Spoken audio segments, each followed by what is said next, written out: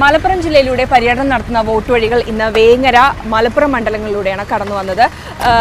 16 മണ്ഡലങ്ങളുള്ള ജില്ലയിൽ 14ലും ഭൂരിപക്ഷം വർദ്ധിപ്പിക്കുക എന്നുള്ള ഒരു കാര്യം തന്നെയാണ് UDF-നെ സംബന്ധിച്ചിടത്തോളം നിൽക്കുന്നത്. എന്നാൽ ഭരണവിരുദ്ധ വികാരം വലിയ ശക്തമായി തന്നെ നിലനിൽക്കുന്നത് കൊണ്ട് ഏത് രീതിയിലായിരിക്കും വോട്ടുകൾ എന്ന വലിയ ആശങ്ക തന്നെ UDF-ൽ ഉണ്ടാക്കുന്നുണ്ട്.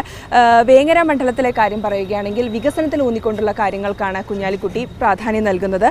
ന്യൂനപക്ഷ വോട്ടുകളെ ഏകീകരിപ്പിക്കുക എങ്ങനെയെന്നുള്ളൊരു ആശങ്ക ഇത്തവണ ഈ ജില്ലയിൽ നിലനിൽക്കുന്നുണ്ട്. ഒപ്പം കോൺഗ്രസിനെ ബാധിച്ച അഴിമതി എങ്ങനെയാണ് ഈ ഒരു തെരഞ്ഞെടുപ്പിനെ ബാധിക്കുക, മുസ്ലിം ലീഗിൻ്റെ ഭൂരിപക്ഷത്തെ വിജയത്തെ ബാധിക്കുക എന്നുള്ളൊരു ആശങ്ക നിലനിൽക്കുന്നുണ്ട്. എന്തായാലും വേങ്ങര മണ്ഡലത്തിലും മലപ്പുറം മണ്ഡലത്തിലും പര്യടനം നടത്തി ഞങ്ങൾ ഇനി മങ്കട മണ്ഡലത്തിലേക്കാണ് പോകുന്നത്. ശക്തമായൊരു മത്സരം അവിടെ നിലനിൽക്കുന്നുണ്ടെന്നാണ് റിപ്പോർട്ടുകൾ വരുന്നത്.